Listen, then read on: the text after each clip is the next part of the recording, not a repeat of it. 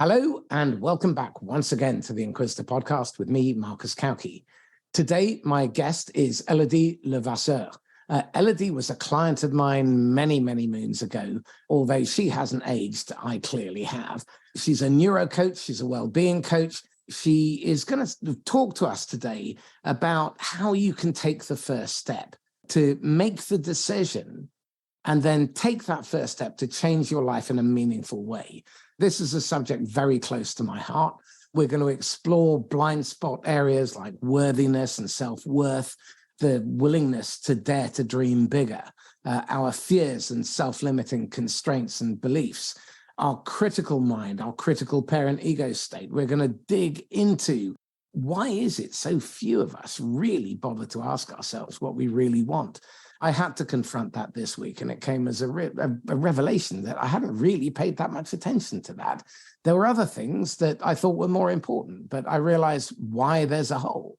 And are your beliefs and your goals borrowed? Are they inherited? Are they imposed? Or are they your own? And we're going to focus on maybe reflecting and thinking rather than taking action, because sometimes we just diving in there head first means that we end up in a worse state and we start taking unhealthy risks. So we're going to look at the differences between healthy and unhealthy risks. And we'd really want you guys to contribute as well. So if you have some war stories, some experiences, then please comment, like, share, but get involved. Elodie and I both want interaction with you, so feel free to get in touch. We'll give us our emails at the end. So without any further ado, Elodie, welcome. Thank you, Marcus. Thank you for having me. Excellent. It's a delight to have you as a guest. First of all, what have you been up to in the last 20 years? Just 20. Yeah, well, I'm curious, your career to get you to this point, that's what I'm really interested in. Yeah, and you've known me. I was a young woman, you know? I mean, I'm still a young woman. But You are. It's depressing because I'm an old man. I had a few pivots, especially in industry-wise. So I used to be an ex-marketing strategist working for various different international companies up to a leadership level, up to last year, actually, a year and a half ago. And at the age of 39, I felt like I needed to revisit what I really cared about and how I wanted to show up in the world, what was really meaningful to me. Because what I was doing was fun, but I felt like I could do much more and I could help people in different ways. So I went into a big understanding of really who I was, acknowledging what was close to my heart. And then I retrained in neuroscience. I wanted to understand how the brain works. So neuroscience coaching was something that I was pulled toward. And also that was great because it gave me a good structure and a good framework to start coaching people, but I felt very masculine, very structured, which is good, but I wanted to also go into more a feminine way of seeing life. So I train in different modalities such as meditation, mindfulness, and even Tantra. So all resonating with what it means to be a woman in today's world and how to basically bring more pleasure and connect to your body in your day-to-day life. Okay, so that's really interesting because one of the challenges I see so many of us have, me included, is actually being present. So how does that training help you teach your clients or help your clients to learn how to be fully present and their attention in the moment? Such a good question. Well, the thing is that we're in a world where we are rewarded for the actions and the achievements that we take. And it keeps going. Basically, you finish one goal, you want to go on the next. There is no time for reflection. We don't stop and analyze what just happened and what did we like about it, what we didn't like about it. And so we keep going with no stop in the road. So we're just on this fast bike and there is no stopping point. But at some point you're thirsty and you want water. Yeah, so you need to stop, right? So you need to stop, you need to drink water. And there is a quote about if you having experience and experiences after experiences, there is no meaning behind it if you can't stop and look at what just happened. So the fact that you can actually, one of the biggest challenge for my client is time. No one has enough time to do everything that they want to do. So time is a big issue. But how can you build on time? How can you actually make time work for you rather than the opposite? And so this is what I teach my client, to come back into the present moment, to look at what is happening now. Like, where are you right now? How are you feeling? What are you touching? And breathing, remembering that you have a breath to, breathing, so that you're back into that present moment to feel. How do you feel? It's largely unfashionable in business circumstance, more traditional business circles. And all of this well-being lark is all a bit woo-woo. And in the green room, you talked about, reaching the right vibration and so on. In language that old fuddy-duddy dinosaurs like me can understand, translate that in terms of what that means in practice. Because I think it's more often than not, there are generational gaps in language. And we want the same thing, but we don't necessarily define it in such a way. And so you end up with misunderstandings because there are expectations instead of agreements. Yeah. And, in neuroscience, we learned that two brains are different, right? Obviously, you have your own experiences, your own upbringing. So whatever words I'm going to say is going to resonate very differently with you.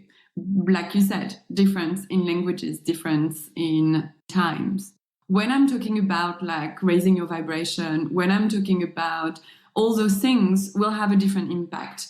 In the end, what I'm saying is basically it's creating this meaningful connection with yourself and with any project that you're doing, whether it's work, whether it's your career, whether it's about being more productive. So how can you create those meaningful connection with yourself so that you can achieve all that? Right. Okay. So translating that into my world, this is really about creating meaning, engagement, connection. It's about identifying the connection between your business goals and your life goals and finding that balance so that you're not having to compromise who you are or do things that are counter to your values while still getting your needs met. That's right. Yeah, that's beautifully said. Yeah. And the values is a big one in it. Like identifying values is key. Most people don't do that. Right. Okay. So there is a thesis from neuroscience, which is that if your fundamental human needs are not being met, at least two or more of them are not being met, then there's a very high probability that someone will compromise or break their values in order to get them met. So many of the people listening are probably working in environments where they are being asked to do things that they know may not be in the customer's best interest. And they're actually in their own medium to long term bad interests or worst interests rather than best interests. Because if they agree to do these things, like bringing an entire deal forward and then trying to buy the business at a 30, 40, 80% discount, they've eaten a massive hole in their future pipeline. But in order to replace it, they create a tariff of additional workload, and that's just to stand still. So I think there are a lot of people out there who are being asked to do things that are stretching their values because they feel the need to survive, and they're afraid that if they don't comply, then they may be out on their ear because there are 200,000 job losses in tech in the last couple of months alone. Yeah, I agree. Yeah. It is scary. It is scary to stick to your values, to stick to what you believe, to create that meaningful connection for you to succeed. It is scary and it's not easy. We were born for a reason. Like, we have that life. We came into whatever is happening in your life is what you're supposed to receive. So, for example, all my years in corporate were amazing because even though sometimes it was really difficult and I was doing some things that probably were stretching my values, but actually, did I know them really? Did I borrow those values for someone else? I changed along the way. So I had to adapt myself to the situations. And that didn't mean that later down the track, I wouldn't find my path again, right? So I think also it's a perspective shift. So in terms of how can you make things that is not working, how can you make it for you? Also, everything is transient, right? Nothing lasts, everything passes. So even if you are in a challenging situation and it's actually not like looking bright and sunny out there right now, everything moves, everything is transient. So it's moving with that wave. These two will pass, exactly. Yeah. So there's this British, quote like, keep calm and carry on, right? Well, why not? Because actually it will pass. How can you leverage on your strengths, your mindset, especially when things are not going your way? So your mindset has a lot to do with what you're thinking. What are you feeding yourself with?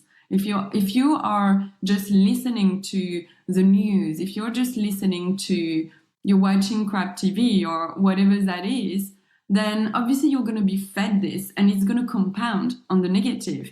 To be able to compound on the positive, you need to bring this to yourself. So compound on the positive. Listen to this inspiring podcast. Read these inspiring books. What is it that how can you raise your vibration in those difficult moments? Because that's how you rise. Okay, so this again is interesting. So to translate for all fuddy-duddies, one of the things that I've learned, especially over the past few years, is that the best lessons come from finding people who disagree with you, from going looking for the bad news. And Elodie's point is that it is transient. It's going to pass. It's rarely fatal. And the challenge, I believe, is actually the 6 inches between your ears. And it's that inner dialogue that you allow yourself to be subjected to. Because I think one of the ways that you would raise the vibrational state, for example, is to change the tone, to change the pronouns. So, for example, instead of "you're an arse," okay, Marcus, come on, you can do better, and use your own name. And I found that's very powerful and a very simple thing to do. And I'm curious, are there any other simple ways that one can just tap into the neuroscience, the structure of the way the brain works, to get out of those funks, those psychological holes? It's really interesting when you were saying about, Marcus, you can do better. And that's also, if that works for you, that's great. I know that it's acknowledging also what already worked. So, meaning that you can do better, but acknowledge yourself for what you've already done. Because that's also, so your ability to succeed will depend on positive state that you can bring. That means that the connotation on you can do better, meaning that you didn't do a good job. So, like stepping back from that and looking actually at what are you proud of during that, whatever you've achieved, even if you could have done better, what worked? What are you proud of? What was that achievement that you did well? So you're staying into that positive state to be like, wow, okay, no, I acknowledge myself for the process that I took that actually worked. And then you can actually compound again, but like build up from that. And from a neuroscience perspective, we learned that there is I give a workshop on that, on those 7 attributes where you can have it's called a healthy mind platter. And it's basically understanding, again, it's about feeding your brain with what will help you to survive in different situations. And it's a bit like, we're going to the gym, we're eating healthy food, all of those are good for our body, right? And then there is different way. So sleep is one of them. So making sure you get enough sleep, one of them that you mentioned that brought up was basically the art of stepping back, but doing nothing.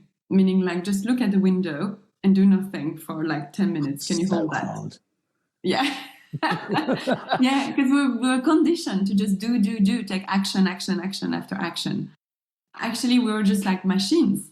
And so, we were born to think, clearly, because we have a brain compared to different animals, right? But also we need to give ourselves that break, because actually the best ideas are coming when you're in the shower, when you stop thinking.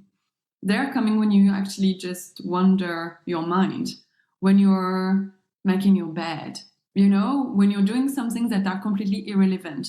So you give yourself a break to think. Okay, for the more rational thinkers, can you explain why that is the case and why the brain responds well to that? Yeah, the brain, because we're always on, we have this button that's switched on. So if you have a complex issue that you need to solve, you work on it. So first, you ask all the questions. Look into everything, that how you can fix it, what could you do, so you're making a plan for it. Then the idea is to step back and to stop thinking about this issue or the problem itself, and to go and do something completely differently. So when you have an issue and you just like focus on it so much that you're trying to fix it, but nothing is clearly coming through, or you have so many that you don't know which one to take. So the best way is to step back from it. It's actually, okay, this is a solution that you found. You're stepping back from it, go for a walk, do something completely the opposite of it. Like, don't think about it. Try to find a way. So have a break and then come back to it. And the chances is that you would already have found the solution. You know which one to take. So you already know which one to take. It's just a matter of stepping back from it to choose the right solution for you that's aligned with you. Does that make sense? Absolutely. And I mean, the rule is very clear. If you want better answers, ask better questions. And given that your unconscious mind has basically millions of times the horsepower of your conscious mind, you may as well hack into it and take the lazy option. One of my favorite things is writing good questions down and reading those questions out just before I go to bed and letting my brain sort it through. And it doesn't always work, but if you get into the habit of doing it, then very often, first thing in the morning, you get a really damn good idea, or sometime in the middle of the night, which will bugger up your sleep pattern. So Elodie will tell me off for that. But keep a notepad. Don't put your phone on unless you've got yellow glasses to cut out the blue light, because otherwise it'll trick your brain into thinking morning's arrived and you won't go back to sleep again. Yeah. So, and it's interesting what you say, because also when you are working with a complex issue or a complex task, the focus, the attention time, the sustained attention that you are having on one single task. So that's also really interesting to watch, because that's also really good for our brain to actually be in flow state, what we call flow state, where we feel like we're completely absorbed by this task and we don't see the time passing at all. So it could be anything, but it's really hard to achieve when we have so many distractions around us, right? So when we're trying to fix an issue or problem, then you probably have your phone ringing, your children coming to ask you questions if you're working from home, or your boss asking you to do another thing. So it's trying to like get to that point where you can bring those stimulation in your brain, so you can be in that optimal arousal where you're not too bored, you're not too stressed. So you find that middle board where you can actually focus easier on the task at hand. And so the easiest way for you for your brain to keep focus is breathing techniques before you're starting a task. Like if you're breathing into your body in and out with the out breath longer than your inhale, then you're regulating some of the hormonal state in your body. So it's also so which hormones does the longer out breath generate? It's like it's just generating a calm state that your body just feel like, because those stressors are transient, so those stress that are coming into your life, so you're breathing. Like cortisol, adrenaline. Yeah. So it's so breathing out longer than you're breathing, but taking the time. It doesn't need to be very long. It could be like really, really simple, right? Just like 1, 2, 3, 4, and then 1, 2, 3, 4, 5, 6, 7, and you do this for like 5 times, and then you're back into a focus state. You can actually like keep this level of arousal into your brain. Very interesting. Okay, because again, your physiology determines your feelings and your mood. And so if you're aware of and you drill these habits so that you're practiced, then presumably there's nothing stopping you doing this at will and staying calm, which in these times, I think is really key. The people who stay calm during crisis are the ones who normally come out of it alive and in good shape. Yeah, there is a book I was reading, and she I can't remember the name of the book, and she was saying, you know, like there is a quick technique where you just, when you feel the stress or the emotion, this anger or frustration coming up, it's all about choosing. So when you are breathing, you're like pause, and then you can choose when you exhale. You know, you're like making a conscious stop, basically, to be able to like calm your nervous system down. With a high nervous system, like you can't think properly, like you're in survival mode, and our brains are, you know, they're defined to go straight into a threat mode. So we always think on the negative. This is how we've been conditioned from, you know, the cavemen. Yeah. Like we're supposed to be like, oh my God, there is like, you know, we're going to be killed, so we need to have a look. So it's like coming back to ourselves and be like, okay, I'm safe. I am safe. Even putting your arms around your shoulder and going like from up to your shoulder down to your arm is calming the nervous system down. And it's very simple. It seems that one thing we need to be very conscious of is just how programmed we are as a species. And I'm going to deviate from the plan now. So tell me to go and boil my head if this isn't a great place to go. But I have a thesis that free will's a myth, and it only exists in the gaps in your perception when you realize you have none, and then you can make a choice. Now, I think most of what we do seems to be mostly automatic. Otherwise, we'd never get anything done. I'm really curious to try and understand how much is us and how much is just automatic. Separation of identity and role, I guess.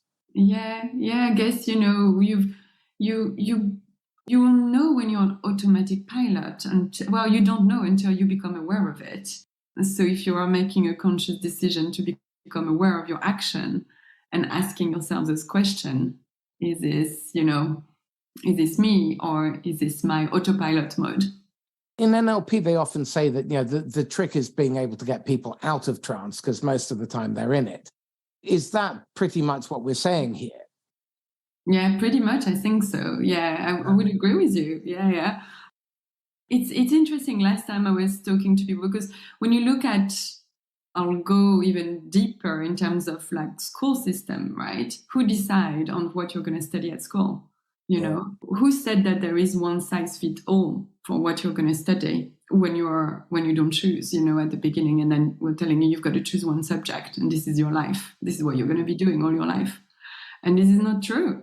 Like you have that choice to, you have to go and study because that's the system that tells you to go and do that. Otherwise, you're not going to be successful. So again, fear is already there already from the beginning.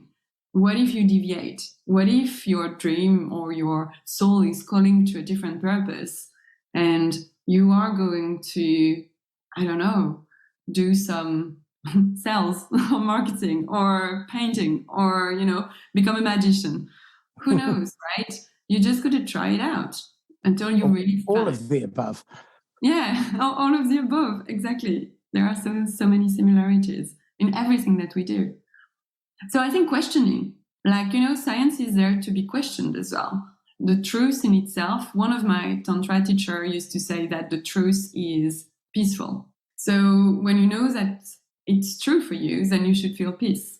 You should feel at peace with your decision, with whatever you're making. And it's not coming from an ego side. Right. Okay. Because earlier on, it reminded me very much of the juxtaposition between the drama triangle and the winner's triangle. So in the drama's triangle, you have the victim, the persecutor, and the rescuer. In the winner's triangle, you're vulnerable, you're nurturing and empathic, and you're assertive. And in the drama triangle, you're attached and you're worrying about the past or you're fretting about the future. Whereas with the winner's triangle, you're fully present. You're in the moment, that your attention is where it should be. And the challenge, I think, that a lot of people have is because of the noise and the catastrophizing. The default setting when things are ambiguous is to catastrophize and think of the worst case scenario. And then that's really not a good place for your body to be, let alone your brain, because it shuts down good decision making. You get tongue-tied and you probably take risks that you shouldn't. How do we prevent ourselves from falling into the shutdown trap and then making unhealthy decisions, taking unhealthy risks? Great point. You know, when you were saying about taking this critical mind that comes and say, hey, you know what's going to happen, you're going to fail, and this is going to be the worst case scenario, and we go there. And we like to do that. We love it. And it's great. Like, go there. And actually go deeper. Once you're at the bottom, what else is worse? Where are you going to go? Once you know, what is your biggest fear? So actually, so many people, you know, are scared to, and I was like this. So before going to, and that's a bit personal, but I guess I'll share. Before doing therapy, I was doing it for my mom, and I was a little scared to go. I wanted to heal the relationship with my mom, and my mom has been really depressed all her life. And for me to go to therapy raised up a lot of things, and I felt like, oh my God, I'm becoming depressed. But actually, and I was scared to go there. So every time I started to feel those signs of depression, I could imagine the worst case scenario. Like, my God, I'm going to be stuck here. I'm not going to be able to go back up. Like, this is it. This is the end, basically. This is a spiral where I go down, down, down. And actually, I went there with my therapist, and it was hard. It wasn't easy. But I didn't stay there. I just needed to see what was there to understand how to go back up. And so we're always scared of the worst case scenario. And I think it's good to see what's there and actually going even deeper. Like, what is the worst thing that can happen? Okay, and once that worst thing happened, what else will happen? And actually, those things are not true. Most of the time, like 99% of the time, it won't happen. So we scare ourselves to not do the things that are outside of our comfort zone because we are happy, and some people are just happy and well where they are, and they don't feel like taking some healthy risk, I guess, to actually step into their brilliance or making that change for them to have that meaningful life. And so does that resonate with you, what I'm sharing, Marcus? It does. I am very curious, though, if we're going to have to hit rock bottom to be able to make it back up again, that strikes me as a reason that people will give not to start, because that's a scary place. You don't have to hit rock bottom all the time to be successful, right? That's what I say. Like the worst case scenario doesn't necessarily happen. Sometimes you do, but again, it goes back to everything is transient. It's moving. It's a moving piece. It's part of the puzzle. There is some learnings, and it's not a failure in itself. Because failure, I don't use that word. I feel like there is challenges, there is learnings, there is experiences, but there is no such thing as failures. You learn. So you take what you need and you move on. You take what you've learned and you move on and you share with other people. Interesting. So Mark Goulston taught me a very useful maxim, which is let go or be dragged. That reminds you that the Buddha was right as well, which is attachment is the root to all misery. And I think our attachment to stuff that doesn't really matter always leaves that tension. But the stuff that really does matter, it can be incredibly motivating, but also incredibly debilitating, because you'd have that incredible visceral attachment. And it takes incredible courage to be vulnerable. So one thing that struck me as we were talking right at the beginning is, how do we create an enhanced vibrational state? And I'm thinking more in terms of working with others, having diversity of thought. I think many eyes and many minds on a problem tends to create far more elegant solution. But it does require creating an environment where people feel safe being vulnerable. So I'd be very curious to learn, first of all, how brains working in concert deal with problems differently to ones that are trying to handle it alone. That's an interesting angle. Yeah, well, there's so much to unpack here. Yeah, I'll shut up for 10 minutes now. You said like, wow. To go back to the attachment, to the first thing that you were saying, it's really interesting because we get attached to a lot of things. And, whether it's things or a goal, the success of that project. What I've noticed with me, I was getting very frustrated. Actually, there is a lot of frustration that comes up with attachment because there are expectations.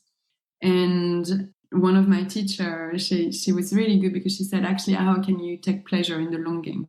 It's all going back to like the journey. How can you enjoy the journey and not looking at the result? The result is important, the direction.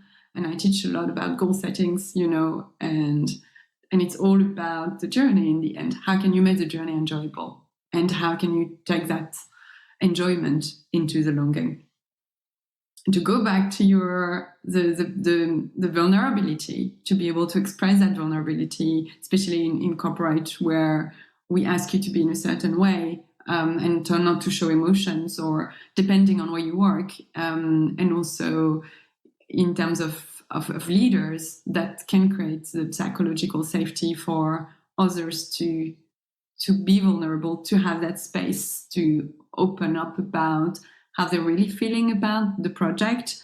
That would create much more confidence in them to voice what they are thinking, and actually would create diversity, in terms of bringing diverse solution to problems or issues or challenges. But how you can do that? Well, I guess, nothing is, it's practice. Like there is not like one quick fix solution on everything. Like it's learning. Like, how do you teach people to create psychological safety for others so that they feel safe to speak? I guess it comes down with like key listening skills, deep listening. That's really important, to really be here in the moment, present with the person you're talking with, and to really understand them. And to make sure understand is asking questions. Like, did I get this right? Is this what you're, because that has a really good impact on the others if they feel that they are understood and they are listened to. So the power in being seen, that will create that psychological safety. Mark Goulston talks about a basic human driver is to be heard, to feel felt, and to be understood. And if that need is not being met, then people will typically play up. So, this is where your rebellious child kicks in, and you find yourself pushing back against something because it just doesn't feel right. And I think in business, we forget too often the human being. And there's so much emphasis on the data, the evidence, the results. But there's a lot that goes into delivering those results. And normally it's around people. Unless you've got a robotized process, human beings are going to sully the pot a little bit by having emotions and desires and ambitions and quirks and foibles and all that. So if you're somebody trying to navigate the modern workplace, you've got all these different pressures from above, from shareholders, from management, from your customers, from your peers. And it's a deeply, deeply stressful place if you respond poorly to that melting pot of stimuli. So how can one identify what one really wants? What are the questions that you need to be asking yourself? Are there processes that can help you to open your mind to what might be possible? Because I think there's so much of what we really want may be hidden behind a veil of what we're ignorant about, what might even be possible. It might be around the corner. Yeah, So we miss it. Yeah, well, and it's interesting, this question. I was asked this question last week at a speaking event, and what is the question you ask yourself to know what you really want? And the thing that I said is about, do you know what your values are? Do you know what you care about? And stick to 5, no more, right? And making decisions based on your value every day, whether it's your work, whether it's your personal life, then that will help you to understand what you want. What is it that you like? What is it that you don't like? And it's interesting because there is 2 things. It's about understanding your own strengths and leveraging them. That's definitely, what are you good at? Because again, that's also going to give you some cues about what you are good at and what you can do. Leveraging them, but also what do they bring you joy?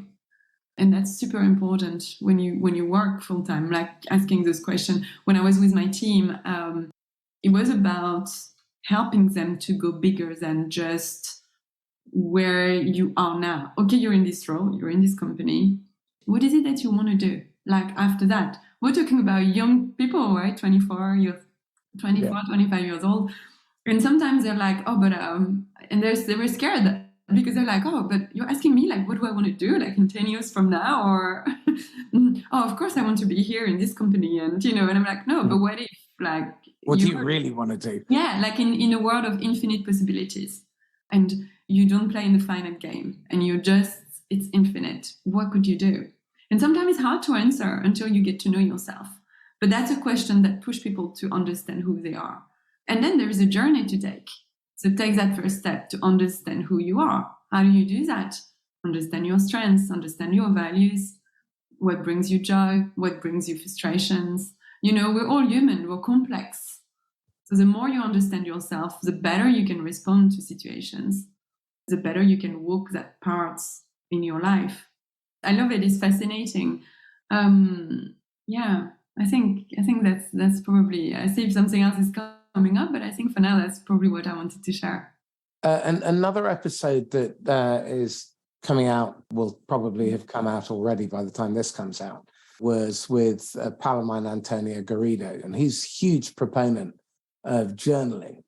For me, I've always found journaling quite hard to get into the discipline, and instead I ended up blogging because I got the message down in writing, and at least other people could benefit from it if they thought it had any merit. I find writing stuff down, I find planning using mind maps, those kind of behaviors are very helpful. But the thing I find the greatest value is the intersectional moments with other people. Get half a dozen to a dozen minds on a problem. All of you focus on that issue, and everyone has a voice. I'm curious, anything else that you could suggest to build on those? Like you said about the journaling is great. I journal. Not every day. Sometimes I do, sometimes I don't, but I don't push myself to that. I just feel like when is the right time for me to journal. The journaling is really important if you can read back your notes.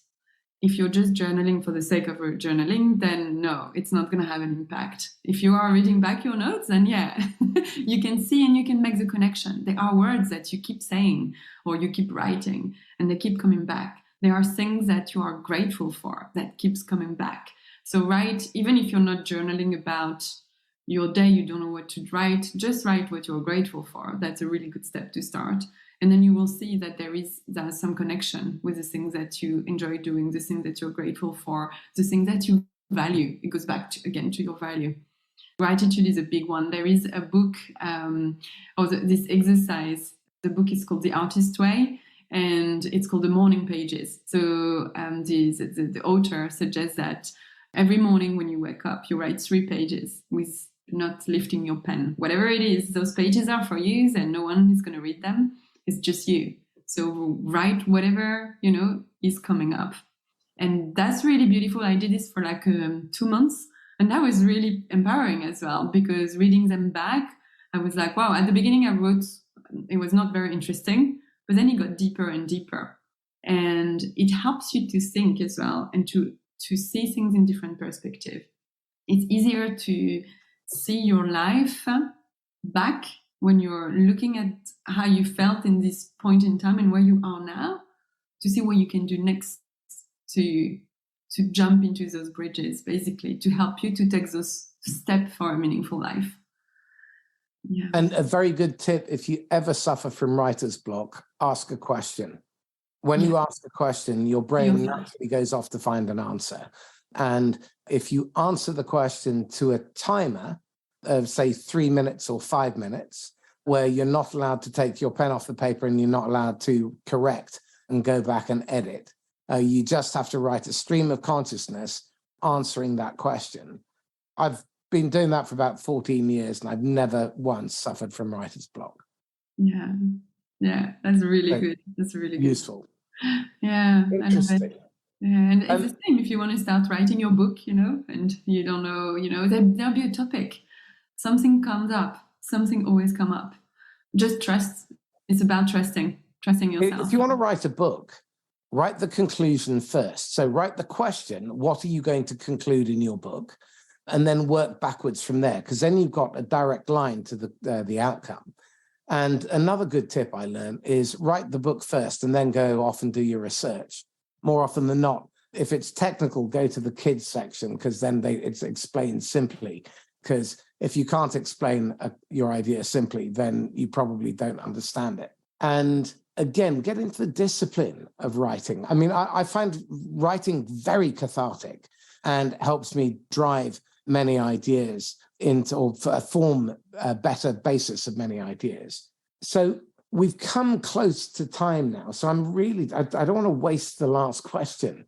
Tell me this, you look back over your time in corporate, what lesson do you wish your idiot 23-year-old self had learned back then that she could have applied throughout your corporate career that would have meant that you would have done less harm to others or breached your values less often and still accomplished what you wanted? Yeah. I think, what I would have said to my 23 years old is that I trust. It goes back to build up your self-belief, your self-confidence. It's all about stop self-sabotaging yourself, trust yourself.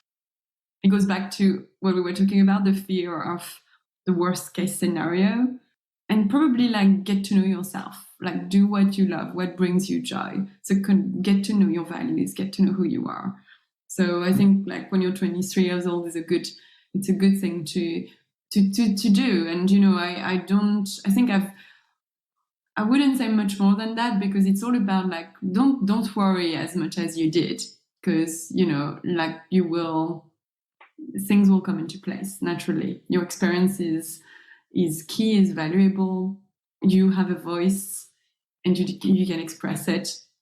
And and I think I remember I tried to do that with you, Marcus, as well, when you were doing those breakfast meetings. I put myself outside my comfort zone, going you did those meetings and be like, Elodie, present yourself in 90 seconds. I have no idea. What do I say, Marcus?